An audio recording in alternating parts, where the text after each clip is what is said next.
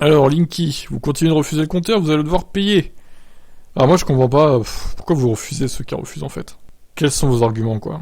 Il est pratique ce compteur, tu peux voir ta conso en temps réel, c'est chiffré en temps réel, tu peux voir ce que tu remets sur le réseau si tu as des panneaux solaires. Bon, moi ça me viendrait pas à l'idée de refuser en tout cas, mais bon après voilà, chacun fait comme il veut. Hein. Plus de 90% des compteurs Enedis sont passés à Linky. Pour rappel, le compteur de dernière génération a la capacité de transmettre automatiquement les consommations d'électricité des usagers, de quoi permettre des facturations plus précises en outre, plus besoin d'intervention d'un technicien pour procéder au relevé. Certains Français refusent toutefois catégoriquement d'accepter la transition malgré des études rassurantes. Ils craignent que les ondes électromagnétiques émanant de Linky et des courants porteurs en ligne soient nocifs pour leur santé. Oh là là. Ils pointent également le risque d'incendie et assurent que la confidentialité de leurs données est mise en péril par le compteur. Mais vous avez... mais c'est quoi cet argument là? Vous avez peur qu'on vous flique avec Linky en fait?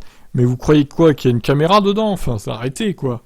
N'importe quoi là. Qu'est-ce que l'État s'en fout de ce que vous consommez comme électricité? Qu'est-ce qu'il en a à foutre que votre télé consomme tant, votre machine à laver consomme tant? Enfin, c'est ridicule, quoi. L'argument de la confidentialité, là, c'est trop.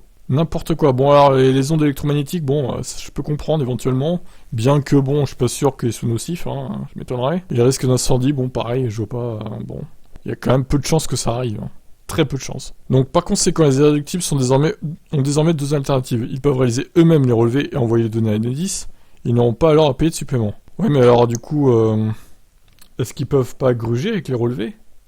Parce que bon, ils peuvent relever tout ce qu'ils veulent finalement. Il y a personne pour vérifier.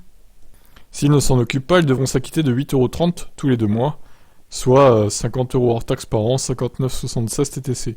Une somme qui permettra de couvrir les relevés manuels effectués par les techniciens. Vous entrez dans cette catégorie seulement si vous n'avez transmis aucun relevé d'index au cours de l'année 2022. A noter qu'à partir de janvier 2025, il n'y aura plus de possibilité d'échapper à la douloureuse.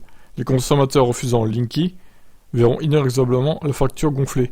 Évidemment, les foyers qui ne sont pas encore éligibles à l'installation du Linky, pour des raisons techniques, ne sont pas concernés par cette somme supplémentaire à régler. De leur côté, les personnes électrosensibles ont désormais le droit de refuser l'installation du compteur. Ok. Ouais, je trouve ça un peu facile de faire son relevé soi-même. Chacun pourra relever ce qu'il veut, pourra gratter quelques kilowattheures, hein. Personne ne viendra vérifier en vrai. Je trouve ça bizarre, bon. Après, si ça marche pour eux, tant mieux pour eux, hein, s'ils arrivent à gruger comme ça. Hein.